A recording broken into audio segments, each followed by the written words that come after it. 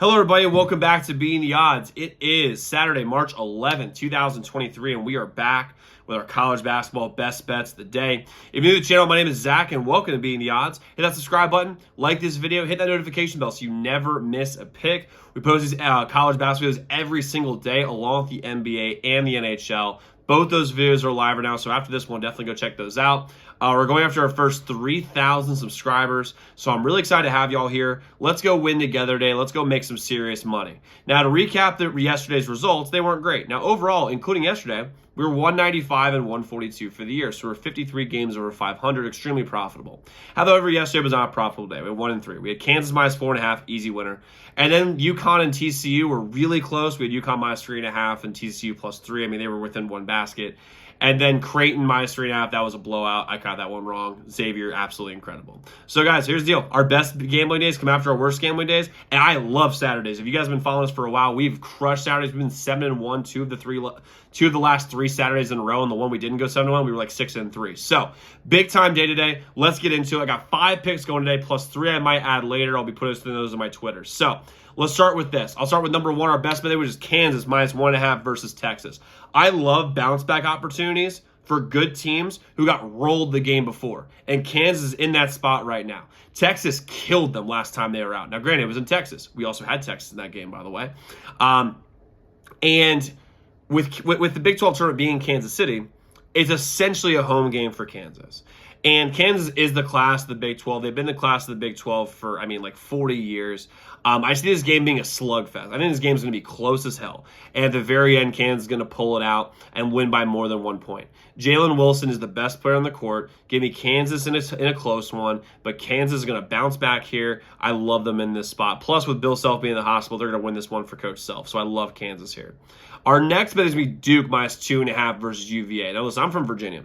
And me not betting on UVA here really wants me to throw up, especially since I'm betting on Duke. But the system is here, guys. The Duke is unranked. UVA is ranked. Duke is minus 2.5, which means you have to bet Duke in this situation. An unranked team that is favored against a ranked team, you bet them every single time. Duke is rounding in the form. Jeremy Roach is going to be able to control the pace. He's a fantastic point guard from my hometown, Northern Virginia.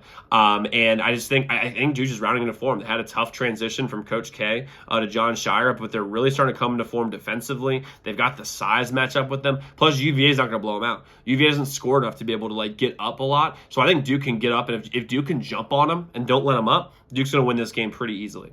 Our next bet of the day, I love this one too, is UCLA moneyline minus 114. I love UCLA in this game. They are the better team with better guard play, and the size will deal with Arizona's size. I am all in on the Bruins in this game. Tiger Campbell's going to be able to control the pace, very similar to Jeremy Roach. He's also a better shooter than Jeremy Roach, and they're on pace, control the pace, while Jaime Jaquez is going to create matchup problems all over the place. And if they decide to put Tubelis on Jaquez is going to get that guy, he's going to get Tubelis in foul trouble.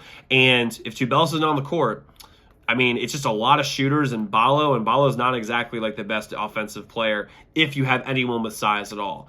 I really, really like UCLA today. Also, if they win, they know they're number 1 seed. If UCLA wins this game and takes home the Pac-12 championship, which I expect that they will, they are going to be a 1 seed, which is a big deal. Money line right now for them is minus 114. That's what we got them at. I love UCLA here. Money line minus 114.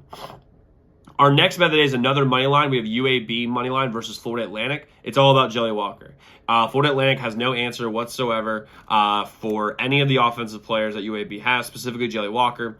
For those who have not seen Jelly Walker, he's this 5'9" kid who drops 29 points a game. Absolutely electric. No one can guard him in his conference. And listen, there's something to be said when you're in tournament time about magic, and Jelly Walker magic is real. UAB is going to absolutely smoke FAU here. I'm taking the money line just because I can. The money line I think is minus 120 right now. But I really like them here against FAU. UAB is going to take home the Conference USA Championship, punch their ticket to the tournament. And our final bet that's actually in right now is going to be Purdue minus 6.5 versus Ohio State. Ohio State's a nice story. They've won a couple games in a row in the Big Ten tournament. We've had them in a couple of those games, by the way, which has been big. But their run comes to a screeching halt today against Purdue. They have no answer for Edey. And listen, I don't think Edey's basketball instincts are even remotely close to where they should be given his production. However, they don't have anyone they have no one to guard him. If they dump it down to Edey, unless they double, which they probably will, they have no answer for him. And Edey, listen, they don't have the size to really bother Edey as much as people might think. And I don't think Ohio State's defense is good enough to be able to keep up with Purdue. I think Purdue might be a team that doesn't. I don't think Purdue's going to be even remotely close to the Final Four. Then they're going to get bounced in the Sweet 16 because they're frauds. But in this game, they're going to win by 7 or more. I don't think this game's even close. I love Purdue here minus 6.5. And the only thing I'm nervous about is 2 things. Ohio State magic. I mean, the fact that they've made a nice run, there might be some magic there. But I'm also worried about Braden Smith on Purdue. Braden Smith is a good point guard. However, he has this tendency to jump in the air when he's about to pass for no reason at all. And then if that one read he was looking at is caught, if he comes back down, that's travel. He's doing that. He does it a lot. If he can just not be an absolute dumbass, we should be in a good place. I like Purdue here minus 6.5. You get them at minus 120 at minus 6.5. That's what I have on FanDuel.